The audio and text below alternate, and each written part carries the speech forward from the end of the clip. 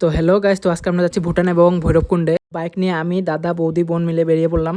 তো দেখতে দেখতে ভৈরবকুণ্ডে পৌঁছে গেলাম। ওখানে ভিউটা দেখে তো সেই লাগতেছিল, আমিও জলে নেমে পড়লাম। তারপর আমি জলের নিচে ভিডিও করার জন্য ফোনটা জলের নিচে ঢুকাই দিয়েছিলাম। তো হঠাৎ দেখি সাইড দিয়ে ধোয়া বাড়াচ্ছে, কিবা হয়েছে। আর সাইডে দাদার ফ্রেন্ড ওরা এসেছিল, ওরাও স্নান করতেছিল। পরে শুনে এখানে একটা রেস্টুরেন্ট আগুন ধরেছিল আর চারটে সিলিন্ডার ব্রাস্ট হয়েছিল। তো আমিও এই সাইডে স্নান করতেছিলাম, ফটো উঠতেছিলাম। আর ওই দিনে ওয়েদারটা সেই মজা ছিল, একদম বলার মতন না। তো নদীতে স্নান টান করে আমরা জলের থেকে বেরিয়ে পড়লাম। এখন যাবো আমরা ভুটান। তো ভুটান যাওয়ার জন্য এখানে ডকুমেন্টস দেখাতে হয়। তো ডকুমেন্টস দেখে আমরা ইন্ডিয়া পার করে চলে গেলাম ভুটানের দিকে।